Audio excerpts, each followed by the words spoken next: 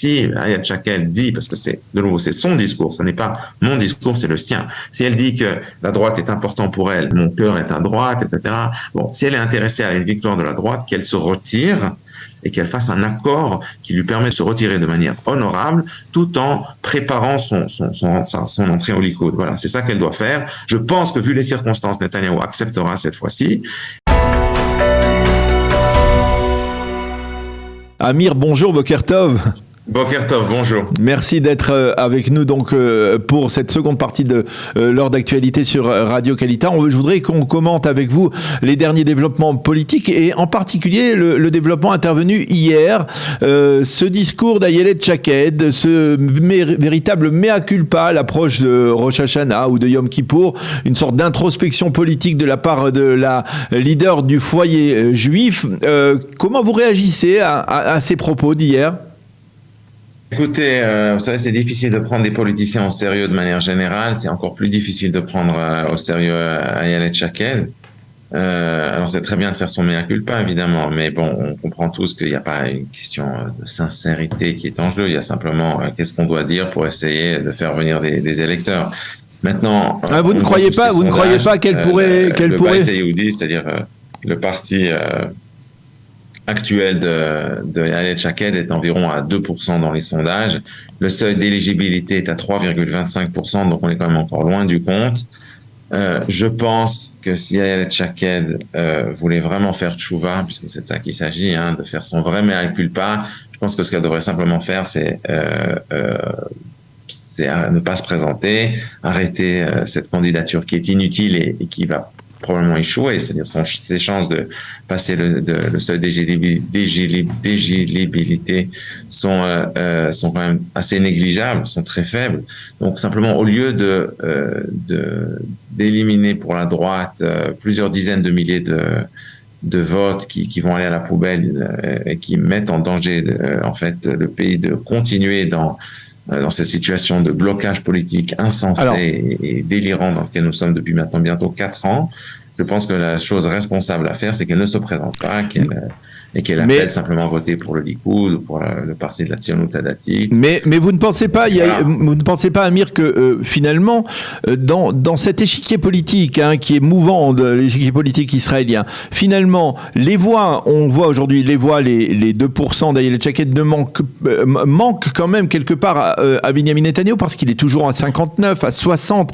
Finalement, est-ce que ce serait pas l'intérêt de Benyamin Netanyahou de renforcer Ayelet Shaked pour qu'elle atteigne le seuil d'éligibilité, c'est-à-dire de montrer que effectivement il y a une coopération. Je veux dire comme ça, Netanyahou au cours des 3 dernières années, des 5 crises politiques et 5 élections, il a toujours essayé de ponctionner le sionisme religieux pour renforcer le Likoud. Et finalement, il n'a pas été élu, il n'a pas remporté ces élections. Peut-être que en utilisant la tactique inverse, c'est-à-dire en aidant Ayelet Shaked, eh bien il aura les 4 mandats de ce parti qui pourraient lui permettre d'avoir cette majorité absolue. Alors d'abord, vous n'avez pas besoin de me convaincre. C'est-à-dire que je suis parfaitement d'accord que ce qui manque au Likoud, et ce qui manque de manière générale d'ailleurs dans la carte politique actuelle, c'est un parti on va dire de centre, qui pourrait prendre des voix au centre et puis permettre au Likoud d'avoir une coalition. De jouer le jeu un petit peu, le rôle qu'avait joué peut-être Cartlon à l'époque ou d'autres partis, d'accord ? C'est-à-dire un parti qui n'est pas élu, qui ne reçoit pas des voix de droite, absolument, mais qui est prêt à rentrer dans un parti de droite. Donc, si Shaked pouvait jouer ce rôle et nous amener des voix de l'autre côté, alors évidemment, ce serait une bonne chose et on serait tous contents. Mais le problème, c'est que ça n'est pas le cas. Et on va avoir du phagocytage au sein de la droite, en fait. C'est ça la réalité. Parce qu'à mon grand regret, et je le regrette, c'est pas une situation que j'apprécie, d'accord ? Mais la réalité, c'est que aujourd'hui, le système politique israélien est très, très figé entre un camp de Netanyahou et un camp anti-Netanyahou, ce qui est complètement délirant à mon sens, mais c'est la réalité politique d'aujourd'hui. Donc, dans cette idée, en fait, l'idée, ce serait d'amener des gens qui sont à peu près à droite, mais qui n'aiment pas Netanyahou, de voter pour elle. Ce sont un peu les gens qui ont voté pour Sar l'année dernière. D'accord. Le problème, c'est que Ayelet Shaked n'est pas la bonne personne pour amener ces gens. Il faut voir les choses telles qu'elles sont. Mais attendez, Amir, il y a des gens, et on en connaît certainement tous un petit peu, quelques-uns, qui sont sionistes religieux, qui se définissent comme sionistes religieux et qui reconnaissaient avoir des difficultés pour savoir pour qui voter, c'est-à-dire entre qui ne veulent pas voter pour le Likoud parce qu'ils n'ont jamais voté pour le Likoud et qui ne veulent pas voter pour Smotrich parce que Smotrich est considéré comme trop radical et surtout avec son alliance avec Ben Gvir. Et bien, il y a beaucoup de sionistes religieux qui sont modérés, qui représentaient, on va dire, la base de ce que l'on appelait à l'époque le Parti national, le MAFDA, le Parti national religieux, qui pourraient peut-être apporter leur soutien à Ayelet Shaked dans cette conjoncture. Oui, non, mais il y a absolument des gens comme ça et on le voit dans les sondages, mais c'est 2% de la population totale, parce qu'il faut pas oublier que le sionisme religieux, dans l'ensemble, c'est déjà pas grand-chose. C'est peut-être 10% de la population en tout, environ, hein.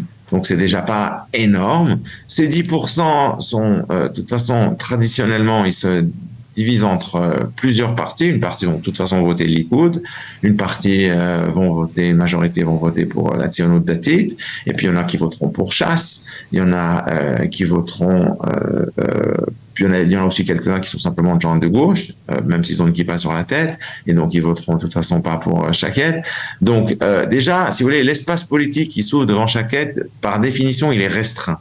Ok, parce que pour le coup, des laïcs, des chilonim, elle va pas en amener beaucoup. De toute manière, je crois qu'il faut dire les choses telles qu'elles sont. Donc, si c'est pour compter, si vous voulez, sur une partie du sionisme religieux qui, de toute façon, en tout et pour tout, c'est peut-être 12 à 15 mandats, le sionisme religieux. C'est pas plus que ça. Et qui, de toute façon, là-dedans, il y en a pas loin d'une dizaine qui vont aller à la Tzionut Datit, encore un peu 3-4 au Likoud, peut-être 1 ou 2 à Chasse. Il lui reste où des mandats à amener? Alors, elle a 2%, qu'elle a réussi à amener un peu, comme on dit en hébreu, Mina Goren ou Mina Yakev, c'est-à-dire un peu de gauche, un peu de droite, un petit peu comme ça de laïcs de droite qui aiment pas tellement Likoud, quelques sionistes religieux. Bon, c'est quoi ses perspectives d'amener encore 1,25%? C'est quand même des perspectives qui sont extrêmement restreintes, on va dire. Alors, c'est pas jamais 0% de chance, il peut toujours se passer quelque chose, mais dans l'ensemble, je pense qu'une analyse objective de la situation nous porte tout de même à dire que ses chances de passer le seuil d'éligibilité sont tout de même presque nulles, et que par conséquent, si vraiment elle est intéressée par l'intérêt de la droite et de l'État d'Israël, la chose responsable à faire, c'est simplement de supprimer de ne pas se présenter. Maintenant, elle peut faire un deal avec le Likoud, et là, pour le coup, je pense que le Likoud acceptera. Elle peut dire, écoutez, je vais accepter de ne pas me présenter. En échange, après les élections, laissez-moi rentrer au Likoud. Parce que c'est ça à la fin de la journée qu'elle veut, Ayelet Shaked, elle veut rentrer au Likoud. Je pense qu'il y a eu l'historique depuis ces dernières années, il y a eu un veto de la part de Netanyahou, qui à mon avis était derrière une grave erreur politique, parce qu'il aurait fallu faire rentrer Shaked au Likoud il y a déjà de nombreuses années. Mais bon, voilà, les erreurs ont été commises à ce niveau-là. Je pense qu'on peut faire un deal avec elle, en quoi on permet à Ayelet Shaked de rentrer au Likoud, en échange du fait qu'elle se retire des élections. Voilà, je pense que c'est ça un quiproquo politique qui est légitime, qui est de bonne guerre pour tout le monde, qui permet à Shaked aussi de sortir du système politique pour quelques années, ce qui est à mon avis important pour elle, pour laisser le temps passer et qu'elle puisse reconstruire progressivement la confiance au sein de la base de droite et peut-être se présenter aux prochaines élections. Aux primaires au sein du Likoud, et peut-être qu'elle va réussir. Hein. Il y a quelques années, à un moment, elle était très populaire au sein du Likoud, elle aurait pu très bien avancer. Donc peut-être que, vous savez, avec le temps qui passe, les gens oublieront, etc. Donc elle pourra se reconstruire politiquement et se présenter. Elle est tout de même très jeune, je ne sais pas exactement, elle doit avoir 45 ans. Elle a largement le temps de revenir et puis ensuite de se reconstruire politiquement. Mais la réalité, c'est qu'aujourd'hui, au niveau où elle est, je pense que c'est une erreur de s'entêter à se présenter. Et puis, elle va de toute façon de nouveau, dans 6 semaines, il y a des élections. Alors, justement, on va revenir. Elle va échouer, puis là, elle ne pourra plus revenir au Likoud. Donc, c'est même pas intelligent politiquement. Parce que politiquement, elle fait un pari qu'elle va réussir à passer le seuil d'éligibilité. Je pense que c'est un pari qui a de peu de chances d'être réussi. Je pense que c'est plus intelligent de faire un deal avec le Likoud maintenant et de se préparer pour l'avenir. Voilà. Alors, ça, on l'a bien compris. Je voudrais savoir ce qui se passe au Likoud parce que finalement, même si Binyamin Netanyahou a réussi à unir les orthodoxes, il a réussi à unir Ben Gvir et Smotrich, on n'arrive pas à franchir ce seuil des 61 députés, chacun avec son seuil, hein, on va dire celui de Shaked, c'est le seuil d'éligibilité. Pour Netanyahou, c'est le seuil des 61 députés. Et finalement, on voit que alors là, je ne sais pas, parce que pour la première fois, on a eu un sondage avec 62 il y a quelques jours, et d'autres sondages avec 61. Donc, c'est possible qu'on y arrive. D'ailleurs, moi je pense que là, il y a eu quand même quelque chose extrêmement important et même surprenant qui s'est passé. C'est le fait que les partis arabes ne se présentent pas ensemble. Il y a quand même 3 partis arabes qui se présentent. Le fait que Balad ait quitté la liste arabe unifiée, c'est, je pense, un game changer. Ça a donné, mathématiquement, c'est un mandat de plus à la droite. Et je pense qu'on a même une chance qu'un des 2 autres, à part Balad, qui de toute façon ne passera pas le seuil d'éligibilité, mais il y a peut-être même une chance que ce qui reste de la liste unifiée, c'est-à-dire Ram et Tal, et peut-être même Hadash et Tal, et peut-être même Ram, ne passe pas le seuil d'éligibilité, auquel cas on n'aurait peut-être même plus du tout de membres arabes à la Knesset. Mais c'est aussi... Et on se retrouverait à ce moment-là avec une victoire très nette de la droite à 63, 64, voire 65 mandats. Donc pour le coup, et là mon discours est différent de ce qu'il était jusqu'à jeudi, je pense que ce qui s'est passé change la donne et que là la droite a une chance véritable, en tout cas si Shaked ne nous brûle pas 50 ou 60 000 voix ou 100 000 voix, je pense que la droite a une chance véritable de gagner ces élections. Mais c'est toujours mais ça dépend entre autres du fait que les gens ne gaspillent pas leur voix en votant pour Shaked. Et ça dépend aussi, bien entendu, d'autres paramètres comme le taux de participation des Arabes israéliens, mais d'une certaine manière, ça met Binyamin Netanyahou. Qui ont été publiés vraiment ces tout derniers jours, on voit que les partis arabes sont les 2 à 4. 4, 5. On est très, très, très proche du seuil d'éligibilité. Et si le taux, tout le monde dit, en tout cas, c'est ce qui est publié, c'est que le taux de participation dans le public arabe sera le plus bas peut-être depuis une génération. Donc, et le fait qu'ils vont continuer à se battre entre eux, ça risque de faire encore baisser ce taux de participation, ce que j'espère évidemment.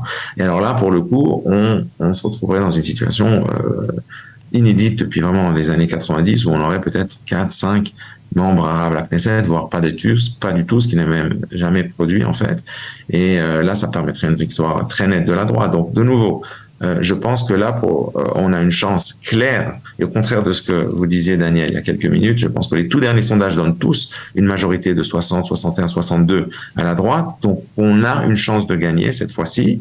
Mais ça dépend beaucoup de Shaked, parce que si elle nous fait perdre 1 voire 2 mandats, alors en effet finir à perdre ces élections à cause d'elle. Je rappelle quand même que toute cette crise politique, c'est tout de même la responsabilité de Bennett et de Shaked.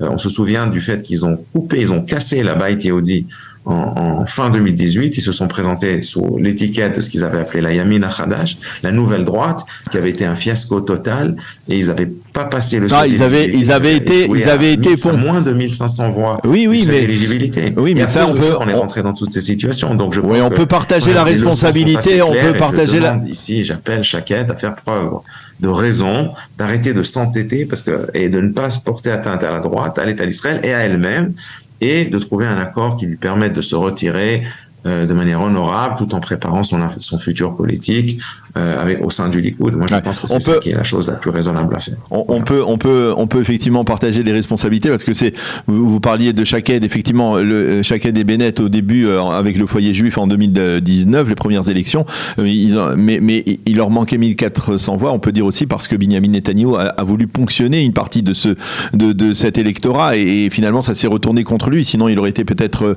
assez largement. C'est vrai. vrai, mais je me permets quand même de dire que c'est pas Netanyahou qui a fait les votes. Il a appelé à voter Likoud, qui est son devoir en tant que chef du Likoud. Qu'est-ce qu'on que vous voulez qu'il dise? Qu'il appelle à voter pour un autre parti? En plus, à l'époque, c'est ce qu'on appelle la chorma bediavad, c'est être intelligent après coup, parce que aucun sondage, jamais, à aucun moment de la campagne, n'avait donné Ayelet et Shaked en dessous du seuil d'éligibilité. Pas un. Donc, en fait, ce qui s'est passé, c'est que personne pensait qu'ils allaient obtenir moins que 5 voire 6 mandats. Personne n'avait pensé que on allait arriver dans une situation comme ça. Si Netanyahou avait vraiment pensé que ça allait être la situation, évidemment, il aurait dit, ceux qui veulent voter pour Shaked et Bennett, qui votent Shaked et Bennett. À l'époque, il avait fait attention, justement, de dire de ne pas porter trop atteinte à Lieberman, qui était encore à droite à l'époque, et à Kahlon, parce qu'il avait peur que eux ne passaient pas le seuil d'éligibilité. Mais Bennett, Shaked, ils avaient commencé la campagne, je vous rappelle, avec des sondages à 10 voire 12 mandats. Oui, ou même plus. Donc personne pensait qu'on allait arriver dans une situation. C'était un cas de figure qui était quand même très très très surprenant. Donc, moi, ce que je dis simplement, c'est que voilà, si Ayelet Shaked dit, parce que c'est son discours, ce n'est pas mon discours, c'est le sien. Si elle dit que la droite est importante pour elle et qu'il faut maintenant mon cœur est à droite, etc. Bon, si elle est intéressée à une victoire de la droite, qu'elle se retire et qu'elle fasse un accord qui lui permet de se retirer de manière honorable, tout en préparant son entrée au Likoud. Voilà, c'est ça qu'elle doit faire. Je pense que vu les circonstances, Netanyahou acceptera cette fois-ci, et puis tout le monde sera content. Mais je pense que s'entêter, c'est porter atteinte à tout le monde inutilement. Le seul vainqueur de cette histoire, c'est Lapid. Eh bien, Amir Weitman, merci beaucoup de nous avoir donné votre appréciation de cette situation politique à moins de 40 jours des élections. Merci d'avoir été avec nous. On en profite pour vous souhaiter Shana Tova. Passez une bonne année politique et on va dire générale. Merci d'avoir été avec nous ce matin. Bonne journée, à bientôt. Bonne journée, au revoir.